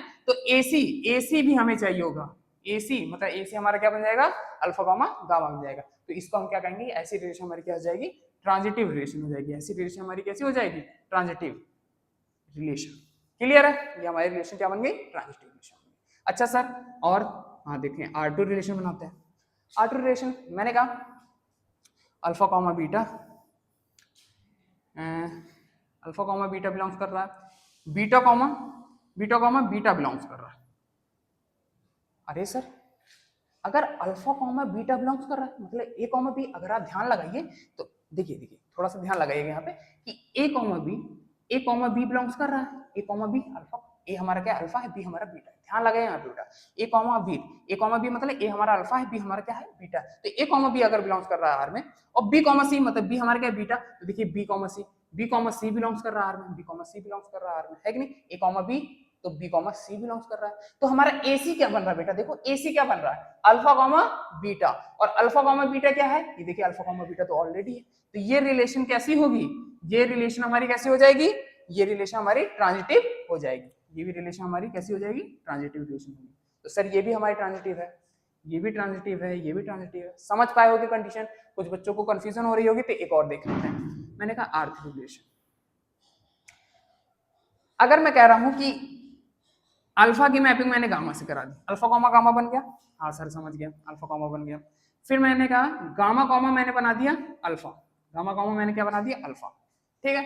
तो सर मैं थोड़ा सा इसको अच्छे से समझाइए, देखिए ए कॉमा बी, कंडीशन क्या करिए ए कॉमा बी, तो ए कॉमा बी क्या हमारी अल्फा ए है, गामा बी है, तो ए कॉमा बी बिलोंग्स कर रहा है रिलेशन आर में, हाँ सर कर रहा है, तो बी से स्टार्ट होने वाला क्या होना चाहिए, तो मतलब गामा से स्टार्ट होने वाला चाहिए, तो दूसरा ऑर्डर पे देखो गामा से है, गामा कॉमा अल्फा, तो ये हमारा क्या हो गया बी कॉमा सी, ये हमारा क्या हो गया बी कॉमा सी, तो ए कॉमा बी बिलोंग्स कर रहा है रिलेशन में, बी कॉमा सी बिलोंग्स कर रहा है रिलेशन में, तो हमारा एसी क्या बनेगा बेटा, देखो एसी हमारा क्या बनेगा अल्फा कॉमा अल्फा, तो जो नेक्स्ट ऑर्डर पेयर हमें चाहिए होगा वो कौन सा चाहिए होगा, अल्फा कॉमा अल्फा, क्या बनाने के लिए, ट्रांजिटिव बनाने के लिए, ट्रांजिटिव बनाने के लिए हमें अल्फा कॉमा अल्फा भी चाहिए होगा, तो ये रिलेशन क्या हमारा ट्रांजिटिव होगा, एक बार चेक करिए, आराम से बताइए, कोई दिक्कत नहीं है। क्या ये रिलेशन हमारा ट्रांजिटिव होगा? बच्चे कह रहे होंगे हाँ सर होगा, क्योंकि अल्फा कॉमा गामा अगर बिलोंग्स कर रहा है, गामा कॉमा अल्फा बिलोंग्स कर रहा है आर में, तो हमारा एसी क्या बन रहा है? अल्फा कॉमा अल्फा, तो अल्फा कॉमा अल्फा बिलोंग, ये भी हमारा कैसा हो जाए? ट्रांजिटिव। तो शायद आपको 90% तो क्लियर हो गई होगी बात ट्रांजिटिव की। सर 90% क्यों? मुझे तो 100% हो गई। आइए 10% बच्चों को थोड़ा सा और डाउट रहता है, वो भी क्लियर कर देते हैं। तो आपको ये वीडियो देखने के बाद कोई दिक्कत नहीं होने वाली इसमें। आइए देखिए, ध्यान लगाइए एकदम अच्छे से बेटा, देखिएगा। मैंने कहा R4 रिलेशन ही बनाता, मैंने कहा सिर्फ अल्फा कॉमा मैंने बीटा ले लिया, क्या ये रिलेशन हमारी ट्रांजिटिव होगी? आराम से बताइए, टाइम लीजिए आप, कोई दिक्कत? क्या ये हमारी ट्रांजिटिव होगी? बच्चों को बहुत ज्यादा जो कंफ्यूजन रहती है वो यही वाली है, यही वाला रिलेशन है। ऐसे रिलेशन में ही सबसे ज्यादा कंफ्यूजन होती है बच्चों को, और जो बच्चे थोड़ा सा स्किप कर जाते हैं वीडियो को, आराम से समझिए बेटा, ध्यान लगाइए यहाँ पे, इंपॉर्टेंट है कि sir alpha comma beta belongs कर रहा है, तो ये ट्रांजिटिव नहीं होगा, क्योंकि ए कॉमा बी तो है, बी कॉमा सी नहीं है, फिर ए सी भी नहीं है, ए कॉमा बी चाहिए होता है। देखिए यहाँ पे कंडीशन क्या है, ए कॉमा बी बिलोंग्स कर रहा है आर में, बी कॉमा सी बिलोंग्स कर रहा है आर में, तो हमारा ए कॉमा सी भी बिलोंग्स करना चाहिए। तो अगर सिर्फ ए बी है, बी सी नहीं है, तो ए सी भी नहीं है, तो इसका मतलब ये ट्रांजिटिव नहीं होगा। होगा बेटा, ध्यान लगाइए, ये भी ट्रांजिटिव होगा। अरे सर ये ट्रांजिटिव होगा? हाँ ध्यान लगाइए यहाँ पे बेटा, बहुत इंपॉर्टेंट क्या है कि अगर मैंने यहाँ पे कंडीशन जो बताई है वो क्या है कि ए कॉमा बी बिलोंग्स कर रहा है आर में, अगर ए कॉमा बी बिलोंग्स कर रहा है आर में और बी कॉमा सी बिलोंग्स कर रहा है आर में, तभी तो ए सी चाहिए। अगर ए बी बिलोंग्स कर रहा है आर में और एंड बी सी बिलोंग्स कर रहा है आर में, तब हमको ए सी चाहिए। लेकिन ए बी बिलोंग्स कर रहा है आर में, बी सी बिलोंग्स नहीं कर रहा आर में, तो हमें ए सी भी तो नहीं चाहिए। तो अगर आप यहाँ ध्यान लगाइए, ए कॉमा बी बिलोंग्स कर रहा है, बीटा से हमारा कोई शुरू ही नहीं हुआ, बी कॉमा सी तो हमारा कोई शुरू ही नहीं हुआ, तो हमारा ए बी बिलोंग्स कर रहा है आर में, बी कॉमा सी बिलोंग्स ही नहीं कर रहा आर में, तो हमें ए सी भी नहीं चाहिए, तो हमें ए सी वाला भी ऑर्डर पेयर नहीं चाहिए, तो भी ये कैसा हो जाएगा? ट्रांजिटिव होगा। अब समझ में आ गया होगा आपको 100%। समझ पाए कि नहीं समझ पाए? तो जल्दी आया ना करिए, आराम से समझिए, क्योंकि एक बार आपको टॉपिक समझ में आ गया तो फिर आपको कहीं प्रॉब्लम नहीं होने वाली। तो इसी वजह से मैं आपको सारे एक बार रिलेशन बता देता हूँ ऐसे अच्छे से, कि सारे डाउट जो होते हैं, देखिए हर रिलेशन में अलग अलग डाउट दिया है मैंने आपको, तो कोई भी डाउट आपके होने वाले नहीं है। बाकी अगर रहेंगे तो आप कमेंट सेक्शन में बता सकते हैं। तो आप समझ गए होंगे ये बातों को कि ऐसे R1 R2 R3 R4 ये जो चारों रिलेशन बने, ये चारों रिलेशन हमारे किसके हैं?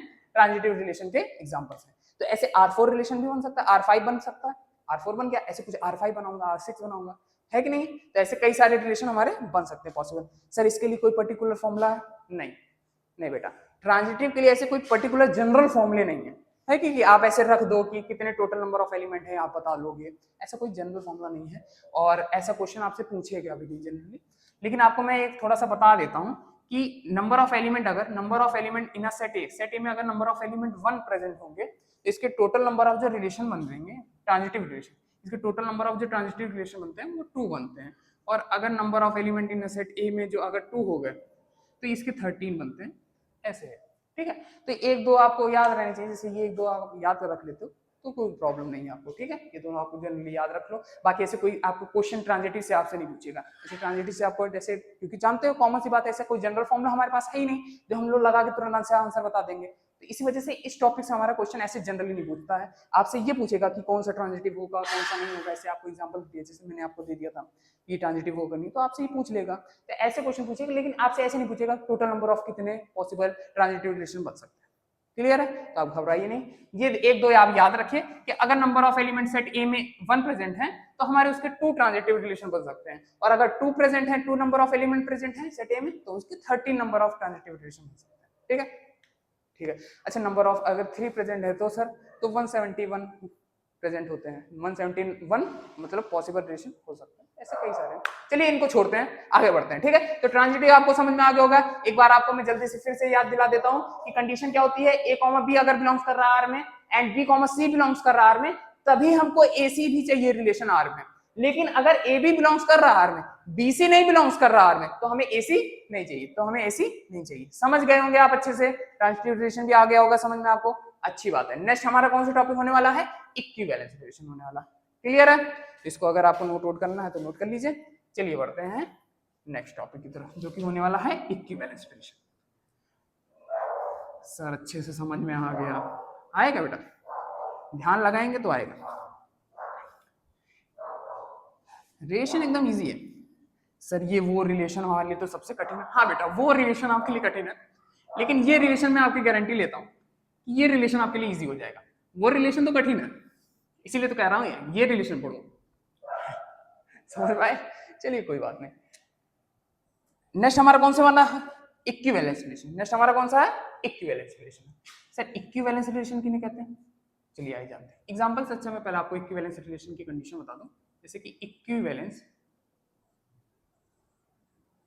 रिलेशन, इक्विवेलेंस रिलेशन किन्हें कहते हैं बेटा? अगर कोई भी रिलेशन हमारा रिफ्लेक्सिव रिलेशन हो, सिमेट्रिक रिलेशन हो और ट्रांजिटिव रिलेशन भी हो। क्या मतलब सर?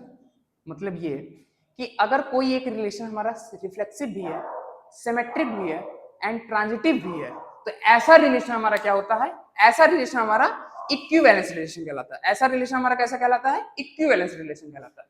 अच्छा सर, रिफ्लेक्सिव की कंडीशन क्या होती थी? तो रिफ्लेक्सिव की कंडीशन होती थी अगर इफ ए बिलोंग्स कर रहा है आर में, for all A belongs to कहां? सेट ए।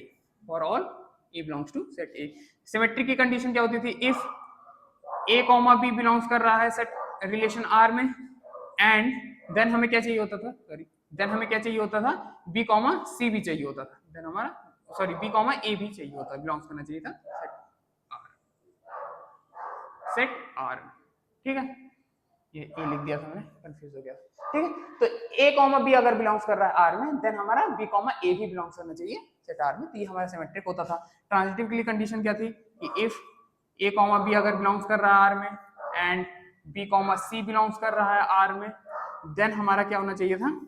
देन ए कॉमा सी भी हमें चाहिए होता था रिलेशन आर में। तो इसको हम क्या कहते हैं? Transitive relation. इनको हम क्या कहते हैं? Transitive relation. तो अगर ये कोई भी रिलेशन, अगर कोई रिलेशन हमारा रिफ्लेक्सिव भी हो, सिमेट्रिक भी हो और ट्रांजिटिव भी हो, तो ऐसा रिलेशन हमारा क्या कहलाता है? ऐसा रिलेशन हमारा इक्विवेलेंस रिलेशन कहलाता है। ऐसा रिलेशन हमारा क्या कहलाता है? इक्विवेलेंस, जो हमारा तीनों होता है। अच्छा सर एग्जांपल लें? हाँ एग्जांपल से समझते हैं बेटा। जैसे मैंने कह दिया एक सेट ए है हमारे पास, ठीक है? सेट ए में मैंने कोई भी एलिमेंट ले लिया, मान के चलो अल्फा ले लिया, बीटा ले लिया, अल्फा बीटा ले लिया सेट, और दूसरा भी हमारा यही रहेगा तो अल्फा बीटा ही है। इसमें रिलेशन बन रही है आर कुछ रिलेशन हो रही है। तो अगर ये तीनों कंडीशन बनानी है तो हमें तो सबसे पहले क्या बनाना पड़ेगा? रिफ्लेक्सिव। रिफ्लेक्सिव के लिए कंडीशन क्या है कि हमारा जितने भी एलिमेंट है उनका डबलेट बनना चाहिए। तो कोई रिलेशन हमारा आर है, R1 मैंने कोई रिलेशन बना रहा हूँ, तो इसमें मैंने कह दिया अल्फा अल्फा अल्फा अल्फा और बीटा बीटा, तो ये रिलेशन हमारा कैसा हो गया? रिफ्लेक्सिव हो गया। हाँ रिफ्लेक्सिव की कंडीशन कंप्लीट हो गई। सिमेट्रिक की देखते हैं। सिमेट्रिक की कंडीशन क्या थी? ए कॉमा बी अगर बिलोंग्स कर रहा है आर में, तो हमारा बी कॉमा ए भी बिलोंग्स करना चाहिए आर में।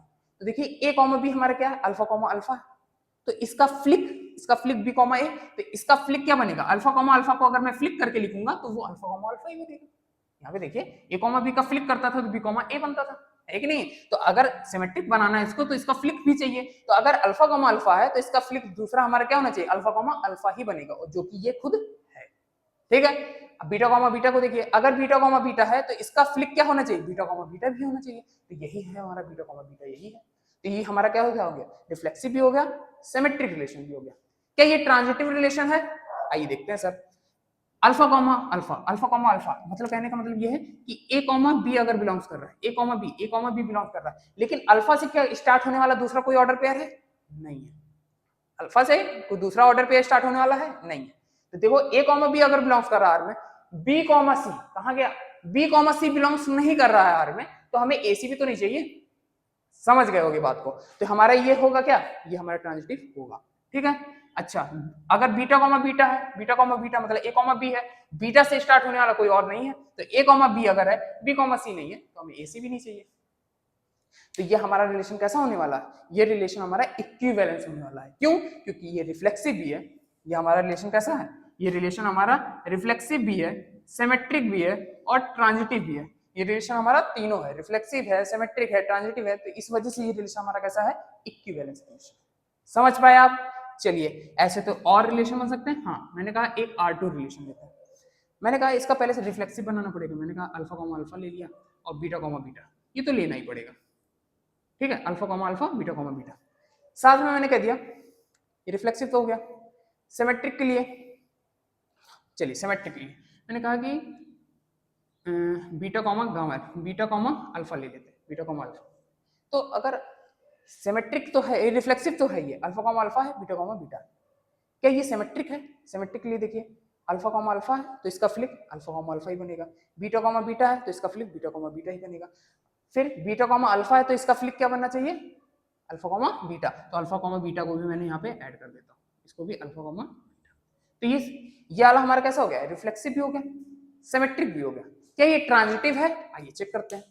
अल्फा कॉमा अल्फा है, अल्फा कॉमा अल्फा मतलब ए कॉमा बी है, बी हमारा क्या है? अल्फा है, तो बी से अल्फा से कुछ और स्टार्ट हो रहा है? हाँ सर ये स्टार्ट हो रहा है, देखिए ए कॉमा बी है, इसको देखिएगा, समझिए बात को। ए कॉमा बी है, ए कॉमा बी बिलोंग्स कर रहा है, तो बी कॉमा सी, बी कॉमा सी देखिए ये बी कॉमा सी है। तो अगर ए कॉमा बी बिलोंग्स कर रहा है, बी कॉमा सी बिलोंग्स कर रहा है, तो ए सी हमारा बेटा क्या बना रहा है? ए सी हमारा बना रहा है अल्फा कॉमा बीटा। और ये देखिए अल्फा कॉमा बीटा तो ये खुद ही है, अल्फा कॉमा बीटा तो ये खुद ही है। तो ए कॉमा बी बिलोंग्स कर रहा है, बी कॉमा सी बिलोंग्स कर रहा है, तो ए सी भी तो हमारा वही है, ये भी बिलोंग कर रहा है। बीटा में यहाँ पे देखें और कोई अल्फा से स्टार्ट नहीं हो रहा है, तो चलिए ये वाली बात हो गई। ऐसे आपको सब पे चेक करना है, सब पे चेक करना है। Beta comma beta, beta comma beta, तो ए कॉमा बी बिलोंग्स कर रहा है, तो बी कहाँ है? बीटा है, तो ए कॉमा बी बिलोंग्स कर रहा है, बीटा कॉमा अल्फा मतलब बी कॉमा सी भी बिलोंग्स कर रहा है, तो ए सी हमारा क्या बनेगा? Beta comma alpha. देखिए ए कॉमा बी बिलोंग्स कर रहा है, बी कॉमा सी बिलोंग्स कर रहा है, ए कॉमा बी बिलोंग्स कर रहा है, बी कॉमा सी बिलोंग्स कर रहा है, तो ए सी हमारा क्या बन रहा है बेटा? Beta comma alpha. और बीटा कॉमा अल्फा तो ये खुद ही है, समझ पाए होगे बातों को? तो ये भी हमारा हो जाएगा, ये भी ट्रांजिटिव होगा। आगे बढ़ते हैं। बीटा कॉमा अल्फा है, ए कॉमा बी है, बी कॉमा सी है, देखो ये हो गया ए, ये हो गया बी, ए कॉमा बी है, ये हमारा बी कॉमा सी है, देखो बी हमारा अल्फा था, बी ए कॉमा बी कॉमा सी, तो ए सी क्या बन जाएगा बेटा? ए सी हमारा बीटा कॉमा बीटा बनेगा, और बीटा कॉमा बीटा देखिए खुद ही है, समझ पा रहे होंगे? तो ये हमारा कैसा हो जाएगा? ये भी हमारा ट्रांजिटिव होगा। तो ये भी हमारा रिफ्लेक्सिव है, सिमेट्रिक है, ट्रांजिटिव है, तो ये हमारा कैसा रिलेशन हो गया? ये भी इक्विवेलेंस रिलेशन हो गया। तो ऐसे R1, R2, R3 ऐसे कई सारे रिलेशन बनेंगे। तो क्या आप ऐसे हर बार बना बना के इसे चेक करोगे? यहाँ पे भी क्वेश्चन आता है जो कि आपके डायरेक्ट ऐसे अभी आपने देखा था मेंस में क्वेश्चन आया था, मेंस में क्वेश्चन यहाँ सबसे आते हैं, ठीक है? तो ऐसे डायरेक्ट क्वेश्चन पूछता है आपका कि क्या कहते हैं नंबर ऑफ ऐसे सेट एक दे दिया आपको, उसमें भी पूछेगा नंबर ऑफ कितना इसके इक्विवेलेंस रिलेशन बन सकते हैं, possible number of equivalence relation इसके कितने बन सकते हैं। तो सर इसका भी फॉर्मूला होगा? हाँ फॉर्मूला, लेकिन ऐसे फॉर्मूला पर्टिकुलर नहीं है, एक बेस्ट ट्रायंगल है उसके अकॉर्डिंग निकालते हैं, ठीक है? तो बेस्ट ट्रायंगल के अकॉर्डिंग हम लोग निकाल पाते हैं। तो इसको अगर आप नोट कर लें तो मैं आपको आगे बताता हूँ बेस्ट ट्रायंगल क्या होता है, सिखाना पड़ेगा आपको उसको। क्लियर है? चलिए आइए बेस्ट ट्रायंगल समझते हैं क्या है, तभी आप बता पाओगे कि total number of equivalence relation कैसे बनेंगे, कितने बनेंगे, कैसे निकाला जाएगा, सब समझ में आ जाएगा बेटा, परेशान मत होइए। शायद आपको इक्विवेलेंस रिलेशन अच्छे से समझ में आ गया हो गया। ध्यान से अगर आप सारे लेक्चर को मेरे कवर करेंगे तो इस चैप्टर में कोई दिक्कत आपको नहीं होने वाली है, ठीक है? परेशान मत होइए। चलिए बेस्ट ट्रायंगल क्या होता है सर, ये भी समझा दीजिए। बेस्ट ट्रायंगल, आइए देखिए बेस्ट ट्रायंगल क्या होता है। मैं कह रहा हूं इसको सीखना होगा आपको, देखिए कैसे। मैंने 1 लिख दिया, क्या लिख दिया? 1 के नीचे फिर से मैं क्या लिखूंगा? 1 के नीचे फिर से 1, देखिए मैंने 1 लिखा, 1 के नीचे फिर से मैंने 1 लिखा, ठीक है? अब दोनों को मैं ऐड करूंगा, दोनों को मैं क्या करूंगा? ऐड करूंगा। इन दोनों को अगर मैं ऐड करूंगा तो जो बनेगा, जो ऐड होके बनेगा 2, वो मैं इसको बगल में लिख दूंगा, इसके मैं जस्ट बगल में ऐसे लिख दूंगा, ठीक है? क्या 2 के ऊपर कोई वैल्यू है? 2 के ऊपर वैल्यू? सर नहीं, 2 के ऊपर कोई वैल्यू नहीं है, तो बस 2 को जस्ट इसी के नीचे ला के ऐसे लिख दो। फिर इन दोनों को ऐड करो, फिर इन दोनों को ऐड करो, तो 1, 2 कितना हो जाएगा? 1 प्लस 2 कितना हो जाएगा? 3। 1 प्लस 2 कितना हो जाएगा? 3, तो बगल में लिख दूंगा। 3 प्लस 2 कितना हो जाएगा? सर 3 प्लस 2 5 हो जाएगा, तो इसको भी बगल में लिख दूंगा ऐसे 5। क्या 5 के ऊपर कोई वैल्यू है? सर नहीं है, तो क्या करना पड़ेगा? उस 5 को फिर इधर ले आना पड़ेगा इसके नीचे, ये हमारा 5 आ गया। फिर इन दोनों को ऐड करूंगा, 2 और 5 को कितना बन गया? 7। 7 को फिर यहाँ बगल में, 3 और 7 कितना हो गया? 10, फिर बगल में लिख दिया। 10 और 5 कितना हो जाएगा ऐड करके? 15, फिर बगल में लिख दिया, ठीक है? क्या इसके ऊपर कोई वैल्यू है 15 के ऊपर? सर नहीं है, तो क्या करना है? जस्ट यहाँ ले आना है 15। फिर 15 और 5 कितना हो जाएगा? 20, बगल में लिख दूंगा 20। 20 और 7 कितना हो जाएगा? 27 सर, बगल में लिख दिया। 27 और दोनों को ऐड करूंगा कितना बन जाएगा? 37। 37 और 15 ऐड करूंगा कितना बन जाएगा? 52, समझ पा रहे हो? फिर 52 इधर आ जाएगा, तो शायद ये ऐसे ही चलता रहेगा, ऐसे ही चलता रहेगा, ऐसे आप बनाते रहोगे। तो बेस्ट ट्रायंगल बनाना सीखा आपने? हाँ सर समझ गया, मैं अच्छे से समझ गया बेस्ट ट्रायंगल बनाना। तो इसमें है क्या, इसमें है ये बेटा कि अगर number of element present in a set ए, मान के चलो कोई सेट ए में नंबर ऑफ एलिमेंट हमारे 1 प्रेजेंट है, नंबर ऑफ एलिमेंट हमारे 1 प्रेजेंट है, तो और number of element set A में अगर नंबर ऑफ एलिमेंट 2 प्रेजेंट है, ठीक है, तो आप देखिए अगर नंबर ऑफ 1 प्रेजेंट है, number of element set A में 1 प्रेजेंट है, तो उसमें टोटल कितने इक्विवेलेंस रिलेशन बन सकते हैं? 1। अगर 2 प्रेजेंट है तो कितने बन सकते हैं? देखिए 2। Number of element set A में अगर 3 प्रेजेंट है तो उसके कितने पॉसिबल इक्विवेलेंस रिलेशन बन सकते हैं? 5। जस्ट पीछे वाला देखेंगे हर रो में, ठीक है। Number of element set A में कितने हैं? 4 एलिमेंट है, तो कितने पॉसिबल इक्विवेलेंस रिलेशन बनेंगे? 15। कितने बनेंगे? 15, ठीक है। Number of element set A में कितने एलिमेंट हैं? अगर 5 एलिमेंट हैं तो उसके कितने इक्विवेलेंस रिलेशन बनेंगे? 52। समझ पाए कि नहीं समझ पाए? अगर 6 होंगे तो ऐसे बनाते रहें, ऐसे आप निकाल लेंगे। हाँ सर ये समझ में आ गया मुझको, अच्छे से समझ में आ गया ना। क्या करना है बेस्ट एंगल में? बेस्ट एंगल में बनाने की इसकी ट्रिक है कि सबसे पहले 1 लिखिए, 1 के नीचे फिर 1 लिखिए, दोनों को ऐड करिए, ये दोनों वैल्यू को ऐड करिए, बन गया 2, उसको इसके नीचे लिख दिया। फिर देखिए सॉरी, दोनों को ऐड किया तो क्या बन गया? 2, 2 को जस्ट बगल में लिख दिया, 2 को जस्ट बगल में लिख दिया। फिर 2 के ऊपर तो कोई वैल्यू नहीं है हमारे पास, 2 के ऊपर कोई वैल्यू नहीं है, तो हम लोग क्या करेंगे? 2 को जस्ट उसके नीचे फिर ले आएंगे। फिर 2 और 1 को ऐड करेंगे, क्या बन जाएगा? 3, तो बगल में लिख देंगे। 3 और 2 को ऐड करेंगे, क्या बन जाएगा? 5, 5 को बगल में लिख देंगे। 5 के ऊपर कोई वैल्यू नहीं है सर, तो 5 को फिर यहाँ ले आएंगे। 5 और 2 को ऐड करेंगे, क्या बन जाएगा? 7, तो बगल में लिख देंगे। 7 3 ऐड करके 10, 10 5 15, 15 के ऊपर कोई वैल्यू नहीं है सर, 15 को फिर इधर ले आए यहाँ पे। 15 और 5 20, 20 और 7 27, 27 और 10 37, 37 और 15 52, बगल में लिखा, फिर 52 नीचे गया। ऐसे हम लोग चलते रहेंगे पूरा, ठीक है। फिर हमने क्या देखा कि नंबर ऑफ एलिमेंट अगर सेट ए में 1 प्रेजेंट है तो उसके 1 नंबर ऑफ इक्विवेलेंस रिलेशन बनेंगे। 2 है तो 2 बनेंगे, 3 है तो 5 बनेंगे, 4 है तो 15 बनेंगे, 5 है तो 52 बनेंगे। तो आप समझ गए ये पीछे जो नंबर है यही हमारे total number of equivalence relation बनेंगे, ऐसे ही निकाला जाता है। तो यहां से आपके क्वेश्चन बनते हैं, जैसे कि मैं क्वेश्चन कह रहा हूं, क्वेश्चन आपका है कि सेट ए है और सेट में हमारा क्या है? अल्फा है, बीटा है, 1 है, 2। तो total number of possible equivalence relation, total number of possible equivalence relation इसमें कितने बनेंगे? सर इसमें तो टोटल नंबर ऑफ एलिमेंट हमारे कितने हैं सेट ए में? 4 है कि नहीं? 4 एलिमेंट है, तो अगर 4 एलिमेंट होते हैं सेट ए में, सेट में, तो उसके टोटल कितने इक्विवेलेंस रिलेशन बन सकते हैं? सर 15। समझ पाए होंगे आप? क्लियर है बातें? समझ में आ गई? तो बेस्ट एंगल भी आपको समझ में आ गया होगा, इसको नोट कर लीजिएगा, ठीक है। चलिए तो आपने आज देख लिया, रिफ्लेक्सिव भी पढ़ लिया, सिमेट्रिक भी, इक्विवेलेंस भी, है कि नहीं, ट्रांजिटिव एंजिटिव सब पढ़ लिया। अच्छा इक्विवेलेंस क्या होता था? सर हमारा जो रिफ्लेक्सिव भी हो, सिमेट्रिक भी हो, ट्रांजिटिव भी हो, तो ऐसे रिलेशन हमारे इक्विवेलेंस रिलेशन कहलाते हैं। अच्छा सर एक बात आपको मैं और बताना चाहता हूँ, आपने क्या क्या देखा कि फॉर्मूले में अगर मैंने देखा, फॉर्मूले में मैंने देखा कि टोटल नंबर ऑफ पॉसिबल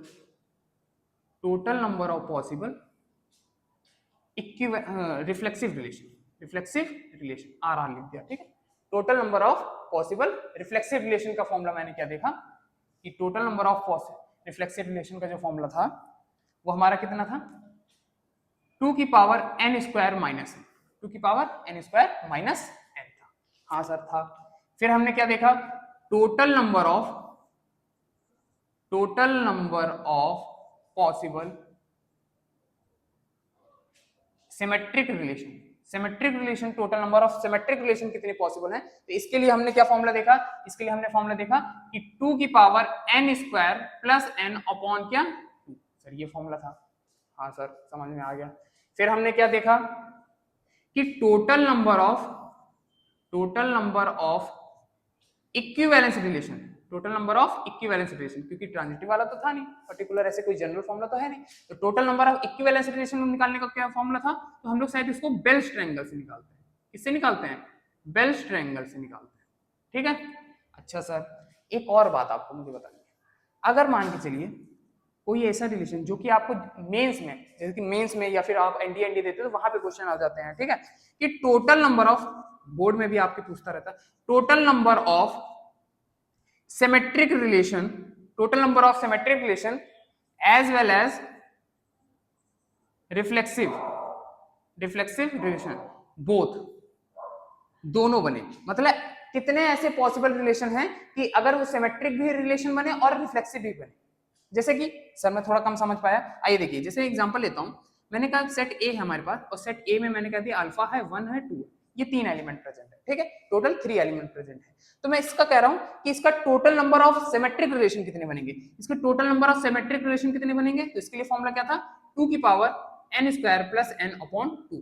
तो आप जान रहे हैं यहाँ पे क्या हो जाएगा, n की वैल्यू कितनी है 3, तो 3 का स्क्वायर प्लस 3 और अपॉन 2, तो ये कितना बन जाएगा, 2 की पावर कितना बन जाएगा, 2 की पावर 9 प्लस 3 मतलब 12, 12 अपॉन 2 मतलब 6, सही है। हाँ सर, रिफ्लेक्सिव रिलेशन निकालने का भी हमें आपने फॉर्मूला बता दिया है, क्या है, 2 की power n square minus n है, यहां से निकाल लेंगे, कितना बन जाएगा, 2 की पावर 3 का स्क्वायर करेंगे तो क्या 9, 9 माइनस 3 का स्क्वायर किया मैंने डायरेक्ट दिया, 9 माइनस 3 तो कितना बन जाएगा 2 की पावर 6। तो इसका रिफ्लेक्सिव रिलेशन इसमें कितने बनेंगे सर, 2 की पावर 6 बनेंगे, ठीक है सर, इसका भी है। लेकिन अगर मैं कह रहा हूं कि टोटल नंबर ऑफ रिफ्लेक्सिव भी बने सिमेट्रिक भी बने, दोनों, ऐसे कितने पॉसिबल रिलेशन है, ऐसे कितने पॉसिबल रिलेशन है, तो उसके लिए जो फॉर्मूला है वो हमारा क्या है, 2 की power n square minus n upon, क्या है, 2 की power n square minus n upon 2, ये फॉर्मूला। अगर ये यूज करोगे तो आपको पता चल जाएगा कि ऐसे रिलेशन जो सिमेट्रिक भी होंगे और रिफ्लेक्सिव भी होंगे। समझ पाए कि नहीं समझ पाए, तो आइए वो भी निकाल लेते हैं। क्या हो गया, 2 की पावर n स्क्वायर, n हमारे पास क्या है 3 है, तो 3 का स्क्वायर माइनस 3 और अपॉन 2, ये कितना बन गया 2 की पावर 9 माइनस 3 अपॉन 2, कितना बन गया 2 की पावर 6 अपॉन 2, तो 2 की पावर कितना बन गया 3, 2 की पावर 3, तो 2 की पावर 3 मतलब 8 नंबर ऑफ रिफ्लेक्सिव और सिमेट्रिक बोथ रिलेशन बनेंगे हमारे, ऐसे रिलेशन जो सिमेट्रिक और रिलेशन रिफ्लेक्सिव दोनों हो वो हमारे कितने बनेंगे, 2 की पावर 3 मतलब 8 रिफ्लेक्सिव और सिमेट्रिक रिलेशन जो दोनों होंगे हमारे ऐसे रिलेशन, ठीक है, इस वाले सेट। तो आपके पास ये फॉर्मूला आ गए हैं सारे, इनको आप नोट कर लीजिए। तो आज के लेक्चर में हमने क्या क्या देखा, आज के लेक्चर में हमने पढ़ा टाइप ऑफ रिलेशन के बारे में। टाइप ऑफ रिलेशन क्या होता था, टाइप ऑफ रिलेशन हमारा क्या होता था, जिसमें हमारा नल रिलेशन पढ़ना था, जिसको हम नल वॉइड या फिर एम्बेडेड रिलेशन कहते हैं। फिर हमने देखा यूनिवर्सल रिलेशन क्या होता था, फिर हमने देखा इनवर्स रिलेशन क्या होता था, वो भी हम लोग जान गए। देन हम लोग ने देखा आइडेंटिटी रिलेशन, यहां से हमारे कौन से रिलेशन है, ये सारे हमारे रिलेशन ऑन अ सेट वाले थे, ये हमारे कितना है रिलेशन ऑन अ सेट, अब हमारे पास एक ही सेट रहते हैं। तो हमने आइडेंटिटी रिलेशन देखा, सर वो रिलेशन होता था जिसमें हमारा क्या होता था, डबलेट बनने चाहिए, सिर्फ डबलेट बनने चाहिए और एक्स्ट्रा हमारा कुछ और ना बने, है कि नहीं, सिर्फ डबलेट बने, या फिर हमारे जितने भी नंबर ऑफ एलिमेंट सेट में प्रेजेंट उससे कम भी हमारा डबलेट नहीं होना चाहिए, सबका जितने भी एलिमेंट प्रेजेंट सबका डबलेट हमें चाहिए और एक्स्ट्रा कुछ नहीं चाहिए और कम भी नहीं चाहिए, ये होता था हमारा क्या आइडेंटिटी रिलेशन। रिफ्लेक्सिव में मैंने देखा कि हमारे जितने भी नंबर ऑफ एलिमेंट सेट में प्रेजेंट सबका डबलेट हो और साथ में क्या हो, साथ में कुछ एक्स्ट्रा भी हो तो भी कोई दिक्कत नहीं, तो वो रिफ्लेक्सिव हो जाएगा। तो एक बात यहां से क्या पता चली, सारे आइडेंटिटी रिलेशन हमारे रिफ्लेक्सिव तो हो जाएंगे, सारे आइडेंटिटी रिलेशन हमारे रिफ्लेक्सिव रिलेशन तो होंगे, लेकिन सारे रिफ्लेक्सिव रिलेशन हमारे आइडेंटिटी रिलेशन नहीं होंगे, क्योंकि जो एक्स्ट्रा आ रहे हैं, कुछ एक्स्ट्रा ऑर्डर पेयर आ जा रहा है, वो तो हमारा आइडेंटिटी रिलेशन तो रिजेक्ट कर दे रहा है उसके लिए, है कि नहीं। तो सारे आइडेंटिटी रिलेशन हमारे रिफ्लेक्सिव होते हैं, लेकिन सारे रिफ्लेक्सिव रिलेशन हमारे आइडेंटिटी रिलेशन नहीं होते हैं। फिर हमने क्या जाना, सिमेट्रिक रिलेशन के बारे में जाना। सिमेट्रिक रिलेशन क्या होता था कि अगर a कॉमा b बिलोंग्स कर रहा है आर में, तो उसका फ्लिप b कॉमा a भी हमारा बिलोंग्स करना चाहिए रिलेशन आर में, तो वो हमारा क्या कहलाता था, सिमेट्रिक रिलेशन कहलाता था। उसके लिए जो फॉर्मूला था वो भी हमने पढ़ लिया, ठीक है, total number of symmetric relation निकालने के। फिर हमने ट्रांजिटिव रिलेशन पढ़ा, इसमें क्या था कि अगर नंबर ऑफ एलिमेंट हमारे हैं, है कि नहीं, नंबर ऑफ एलिमेंट हमारे हैं, तो उसके लिए हमारे पास पर्टिकुलर तो कोई फॉर्मूला है ही नहीं, इसका तो कोई पर्टिकुलर फॉर्मूला नहीं था, लेकिन इसकी कंडीशन क्या है ट्रांजिटिव होने की कंडीशन हमारी थी कि a कॉमा b अगर बिलोंग्स कर रहा है सेट आर में, a कॉमा b बिलोंग्स कर रहा है एंड b कॉमा c भी बिलोंग्स कर रहा है आर में, तो हमें ac चाहिए होता था, है कि नहीं, a कॉमा b बिलोंग्स कर रहा है and b comma c belongs कर रहा है आर में, तो हमें ac चाहिए होता था, ac बिलोंग्स करना चाहिए था आर में। लेकिन अगर a कॉमा b बिलोंग्स कर रहा है, b कॉमा c नहीं बिलोंग्स कर रहा है, a कॉमा b बिलोंग्स कर रहा है, b कॉमा c नहीं बिलोंग्स कर रहा है, तो हमें ac नहीं चाहिए होता, है कि नहीं, तो भी वो ट्रांजिटिव हो जाएगा। फिर हमने क्या देखा, इक्विवेलेंस रिलेशन, ऐसे रिलेशन जो हमारे कैसे हो, रिफ्लेक्सिव भी हो, सिमेट्रिक भी हो, ट्रांजिटिव भी हो, तो हमारे इक्विवेलेंस रिलेशन। तो हमने आज के लेक्चर में टाइप और रिलेशन एकदम अच्छे से कवर कर लिया, सारे फॉर्मूले देख लिए हैं। इस पे पर्टिकुलर हमें क्वेश्चन जो लगाने हैं नेक्स्ट लेक्चर में लगाएंगे। तो आप ऐसे पढ़ाई करते रहिए, मिलेंगे आप नेक्स्ट लेक्चर। Okay bye.